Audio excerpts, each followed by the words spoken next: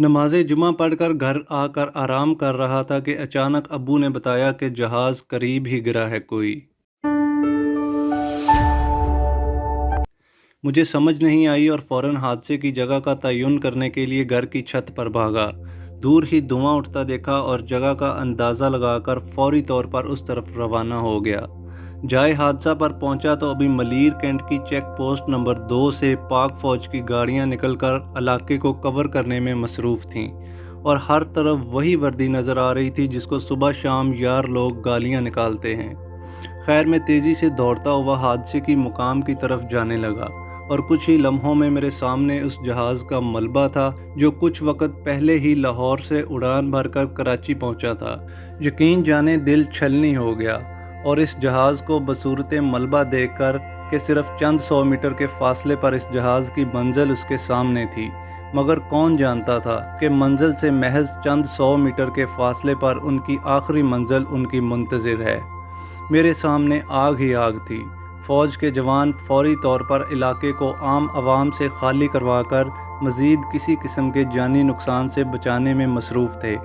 मैं भी रज़ाकारों के साथ मिलकर काम में मसरूफ़ हो गया, मगर तमाम तर कार्रवाइयाँ करते हुए भी मेरी नज़र हर तरफ थी और हर तरफ मौजूद अफरादो अहलकारों का तज्ज़िया कर रहा था। और यकीन कीजिए जो कुछ मैंने देखा, हादसे का अहवाल तो मैं कतई अल्फाज में बयान नहीं कर सकता, क्योंकि जो कुछ देखा उठाया वो वहीं उस मलबे पर याददाश्त से मिटा कर आया हूँ, ताकि आइंदा कभी याददाश्त में ऐसा कोई और वाक़या रूनुमा ना हो सके। मगर जो रवैये और जो हरकत सकनात मैं वहाँ मुख्तलिफ़ शोबा हाय ज़िंदगी के लोगों की देख रहा था, उनमें से चंद आपके सामने ज़रूर बयान करूँगा। सबसे पहले तो अहले इलाका का ज़िक्र करना मैं अपना इखलाकी फ़र्ज़ समझता हूँ कि हर तरफ मैं देखता था कि हमारे फ़ौजी जवान और दीगर रज़ाकार धुएँ के बायस घुटन और रोज़े के मारे निढाल होने लगते थे, तो फ़ौरन से हमें अहले इलाका में से कोई ना कोई फ़रिश्ता नमा अपनी जानब दौड़ कर आता नज़र आता था, जो हमारे सरों पर ठंडा पानी डालता, हमें ठंडे पानी से मुँह धुलाकर ताज़ा दम करता और फिर से हम रेस्क्यू करने में लग जाते।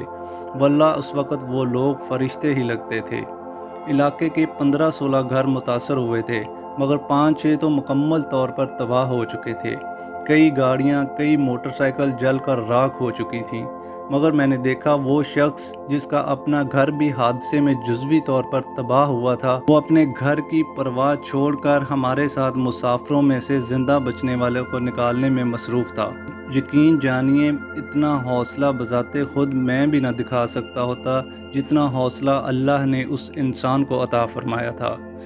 हमने जल्द से जल्द इन लोगों को उनके घरों से बाहर निकाला जिनके घर आग की लपेट में आ चुके थे, और इसी दौरान फ़ौज, रेंजर्स और सिंध पुलिस मुकम्मल तौर पर इलाके का कंट्रोल संभाल चुकी थी। मगर फिर अचानक ही जहां फायर ब्रिगेड के पाइप बिछाए जाने थे, वहीं पर हमें लंबे लंबे तार बिछते हुए नज़र आने लगे और यकायक एक ऐसी खुदगर्ज, बेहिस्सो, नाआक़बत अंदेश किस्म की मखलूक हर तरफ फैलती दिखाई देने लगी, जिसको यहाँ के खस्ता हाल लोगों, ज़ख्मियों और लाशों की परवाह नहीं थी, बल्कि उनको तो फ़िक्र थी सिर्फ़ और सिर्फ अपने एक शॉट की। जी जनाब, बस एक शॉट लेने दें हमें मलबे के सामने से, यानी लोगों की जान बचाने की बजाय हम उनको एक शॉट लेने दें। वो मखलूक कोई और नहीं बल्कि वही थी जिसको हम मीडिया के नाम से जानते हैं। सहाफ़ियों को बस एक शॉट दरकार था, फिर चाहे उस शॉट की वजह से रेस्क्यू ऑपरेशन मुतासर हो, रज़ाकारों को परेशानी हो, यहाँ तक कि किसी ज़ख्मी की चीखो पुकार मौत की हिचकी में ही क्यों ना तब्दील हो जाए। क्या फ़र्क पड़ता है, बस एक शॉट चाहिए। यकीन जानिए, अपनी इन आँखों से देखा कि एक कुत्ता फ़ौज के जवानों से मलबे के करीब आने के लिए लड़ रहा था।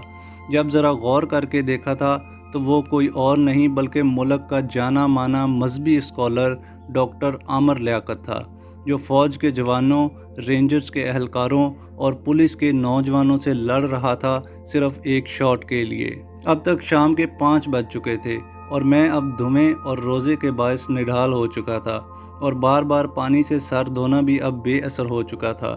इसलिए मुतासरा मुकाम से बाहर निकलना नागुज़ेर हो गया, तो मैं बाहर आ गया और अपने दोस्तों से रब्ता करके फोर्सेस के जवानों और दीगर रज़ाकारों के लिए अफ्तारी का इंतज़ाम करने लगा। लेकिन भाइयों, जब अफ्तारी का वक़्त करीब आया تو میں حیران تھا کہ اس وقت تک اتنے لوگ افطاری کا سامان، پانی کی بوتلیں، شربت، جوس، کھانا لے کر پہنچ چکے تھے کہ سمجھ نہیں آ رہا تھا کہ آخر یہ کون لوگ ہیں اور کہاں سے اچانک اتنی شدید تعداد میں نمودار ہو گئے ہیں۔